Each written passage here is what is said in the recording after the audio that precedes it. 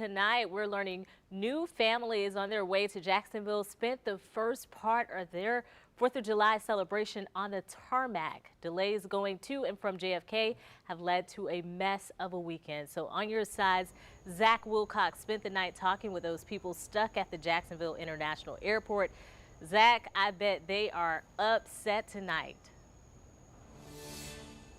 Yeah, Destiny, traveling for the holidays always pretty stressful, but there are some folks who are particularly stressed out tonight. You're looking at a pretty empty tarmac right now as things start to wind down here at the airport, but there was supposed to be one plane on there from New York when it was still daylight, so those folks have really been held up quite a bit here at this end and at that end. Obviously, we felt that rain down here earlier. They're feeling it up in New York, too, so some folks are just hoping that they can get back in time for the fireworks, which is easier said than done to this point.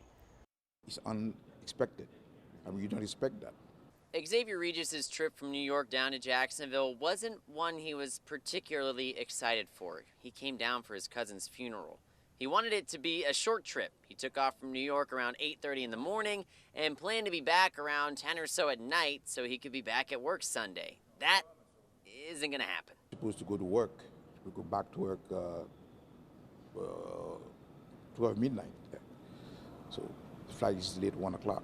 Xavier's flight back to NYC was delayed from 7 in the afternoon until 1 in the morning. Some folks at the other end up at JFK had a similar experience. One man tells me he boarded his flight to Jacksonville at 3:30 in the afternoon, sat on the tarmac for 5 hours, then finally was allowed to deplane.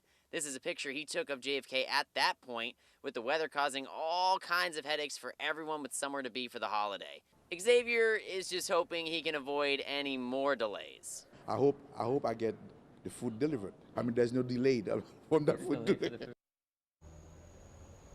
So we interviewed Xavier about an hour ago. Hopefully he got that DoorDash delivered because he really needs to power through what's turned out to be a very long night. Now, I reached out to JetBlue to see why those folks were stuck on the tarmac for 5 hours with no option to deplane, but it is a holiday, so I haven't heard back from JetBlue to this point. But everybody here, lots of blankets in there, lots of people bundled up trying to make it through as long as they need to here. So hopefully they'll make it back in time for those fireworks, or maybe even in time to get some sleep before those fireworks.